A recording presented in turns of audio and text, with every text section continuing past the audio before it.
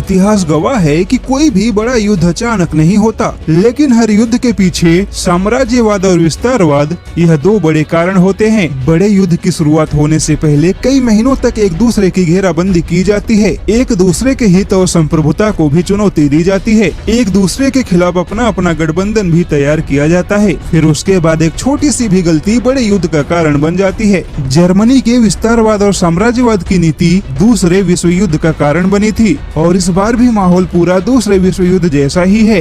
बस फर्क इतना है कि इस बार जर्मनी की जगह पर चीन है। चीन ना तो धमकियां देने से बाज आ रहा है और ना ही अपने विस्तारवाद की नीति छोड़ने को तैयार है। और एक बार फिर से चीन ने बहुत बड़ी धमकी देते हुए कहा है कि ब्रिटेन और भारत को ताकतवर होने का भ्रम है और अगर युद्ध हुआ तो दोनों ही देशों का यह भ्रम टूट जाएगा। दरअसल कुछ दिन पहले ब्रिटेन ने चीन के खिलाफ बहुत बड़ा फैसला लेते हुए अपने सबसे बड़े aircraft carrier HMS queen Elizabeth को चीन की घेराबंदी के लिए तैनात कर दिया है। ब्रिटेन की तरफ से अपने सबसे बड़े एयरक्राफ्ट कैरियर को तैनात करने के बाद चीन ने ब्रिटेन को धमकी दी है कि अमेरिका के लिए वफादारी दिखाना ब्रिटेन को बहुत महंगा पड़ सकता है। चीन ने कहा है कि ब्रिटेन को यह भ्रम है कि ब्रिटेन अभी भी पहले जैसा ही शक्तिशाली साम्राज्य है। चीनी अखबार ग्लोबल टाइम्स ने कहा है कि दक्षिणी चीन सागर के लिए ब्रिटेन एक बाहरी देश है और ब्रिटेन को इस मुद्दे पर बाहरी रहना चाहिए। अगर ब्रिटेन अमेरिका के प्रति अपनी वफादारी दिखाने या फिर चीन के खिलाफ भारत की सहायता करने की कोशिश करेगा तो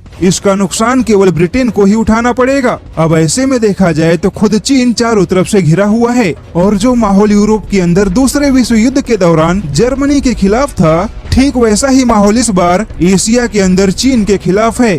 इसके बावजूद चीन अपने मिसाइलों का जखीरा दिखाकर दुनिया को डराने की कोशिश कर रहा है। यह बात और है कि जिस तरह से चीन भरोसेमंद नहीं है, उसी तरह से चीनी हथियार भी भरोसेमंद नहीं है और यकीनन जब युद्ध का समय आएगा तब चीन के खोखले धमकियों की तरह चीन के हथियार भी खोखले ही निकलेंगे। होगी